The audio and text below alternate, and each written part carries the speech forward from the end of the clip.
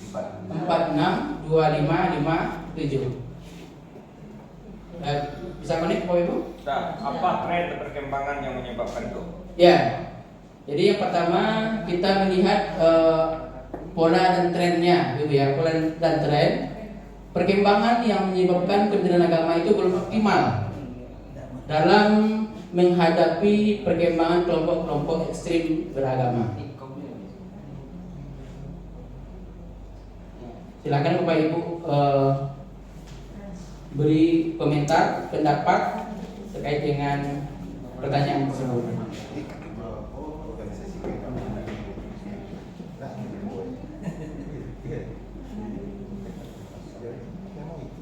Oke, ini sudah ada satu, karena Kementerian Agama masih dipengaruhi oleh kepentingan politik dan organisasi keagamaan. Oke. Masih ya. Oke. Nih, aparatur ASN yang belum memahami betul tentang moderasi. Nah,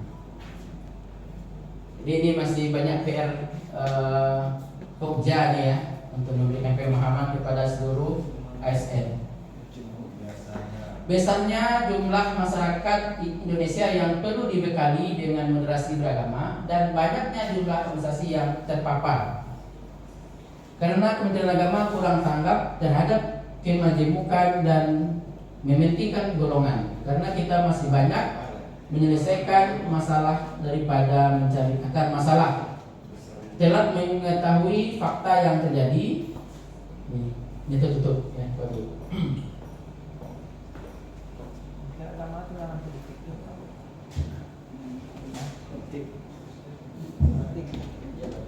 selanjutnya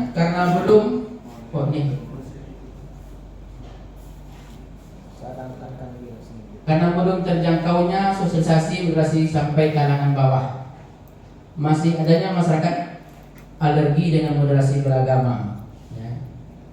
Telah mengetahui fakta yang terjadi, adanya kemajemukan keyakinan karena majemuk tekanan politik dan adanya kepentingan, belum adanya regulasi yang tepat untuk menjawab dari kasus tersebut ya, karena belum maksimalnya menyentuh kelompok atau oknum yang berpaham ekstrim, belum maksimalnya Kementerian Agama memberikan ruang dan waktu belajar bagi umat beragama masing-masing untuk mempelajari agamanya.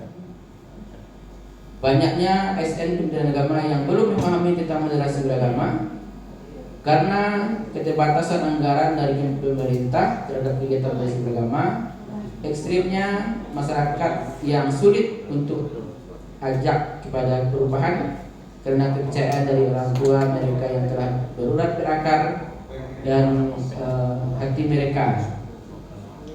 Karena Kementerian Agama belum sepenuhnya mengetahui adanya kelompok ekstrim dan belum mempunyai data yang valid tentang kelompok ekstrim, karena masih banyaknya yang belum paham dengan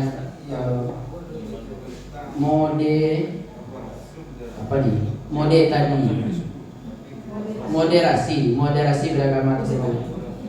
Karena Kementerian Agama masih banyak yang belum memahami moderasi beragama dikarenakan keterbatasan diklat tentang moderasi. Ini sudah beliau ada 20 Bapak Ibu ya. Oke, kita lanjut dengan yang kedua.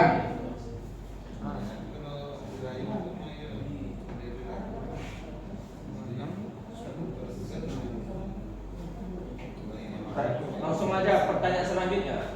Ya, langsung pertanyaan selanjutnya Bapak Ibu.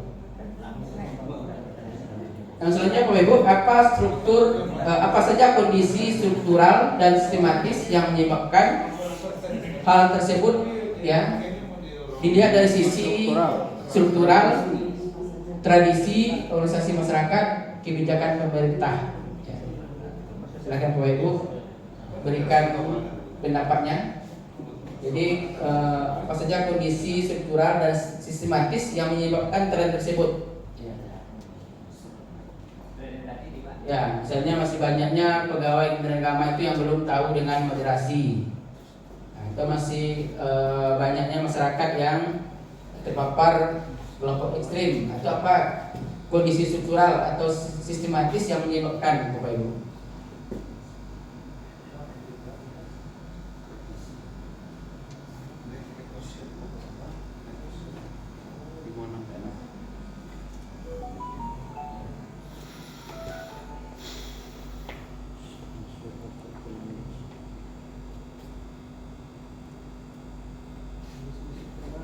Pertama, ego kelompok yang sangat tinggi.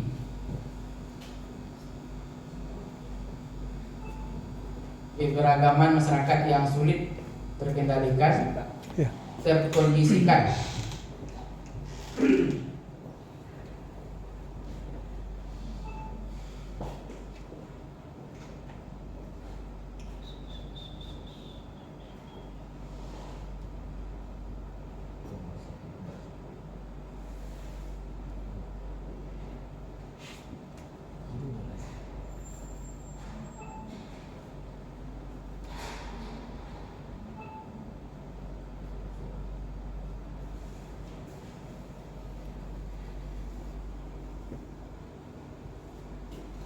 Kondisi keberagaman yang masih sulit untuk disatukan, tradisi masyarakat dan kuatnya pengaruh dari guru spiritual mereka yang dianggap paling benar, masuknya unsur politik yang bisa mengkondisikan aturan-aturan dalam Kementerian Agama, pemahaman yang sudah berakar, masih banyaknya yang berpikir tradisi lebih diutamakan, ya. Kurang wawasan atau ilmu ASN Kementerian Agama dengan kemajemukan sehingga menjadi kendala ketika terjadi suatu masalah. Tidak mau menambah ilmu dan tidak mau membaca referensi yang lebih akurat. Masih banyak masyarakat yang belum memahami moderasi beragama dan juga adanya kefanatikan terhadap paham yang sedang dipahami. Menempatkan orang atau petugas kekesan yang berdasarkan like and dislike yang monopoli kelompok tertentu, kurangnya regulasi yang menghambat kelompok ekstrim, ya, tradisi organisasi masyarakat yang masih punya keyakinan secara turun-temurun, karena Kementerian Agama masih banyak menjadi budaya yang lebih utama. Ya, jadi Bapak dan Ibu, tadi kita membatasi dari sisi belum optimalnya Kementerian Agama, ya. Jadi di sini mungkin kita mencoba melihat dari sisi Kementerian Agama dalam merespon terjadinya kelompok-kelompok ekstrem tersebut. Ya, jadi Bapak dan Ibu, ini tadi kurangnya regulasi yang mendapat, ya, yang menghambat. Mungkin kalau di Kementerian Agama bagaimana Bapak Ibu? Sudah ada aturan, ya, yang mengatur misalnya tentang mengeluarkan pendapat dalam itu sudah ada Pak Ibu? Belum ya? Masih bebas? Belum. Ya, kemarin juga Bapak Ibu misalnya ada sertifikasi penceramah, ya, sertifikasi apa namanya? Dai. Ya, itu juga jadi perdebatan Pak, ya. Dan juga Bapak Ibu, ini apa namanya, regulasi tentang moderasi beragama ini salah satu bentuk dari regulasi dari pemerintah dalam rangka mengatasi masalah ekstremisme tersebut, ya. Oke, bagaimana pendapat Bapak Ibu ini terkait dengan Kementerian Agama? Apakah sudah cukup bagus atau mungkin masih perlu ada lagi regulasi atau upaya Bapak Ibu untuk mengatasi masalah kelompok ekstrem tadi, Bapak Ibu? Ya Pak, silakan Pak. Assalamualaikum. Halo. Assalamualaikum warahmatullahi wabarakatuh. Waalaikumsalam. Terima kasih Pak Budi. Masalah kemajemukan kalau kita perhatikan di Indonesia, memang Kementerian Agama ini kurang tanggap.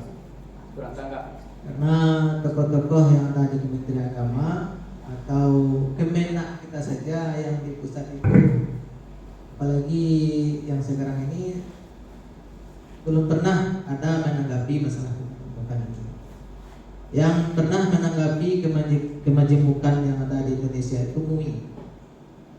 Ya, MUI seperti yang sekarang ini yang paling marak itu adalah gerakan-gerakan Wahabi. Yang video-videonya tersebar luas di medsos.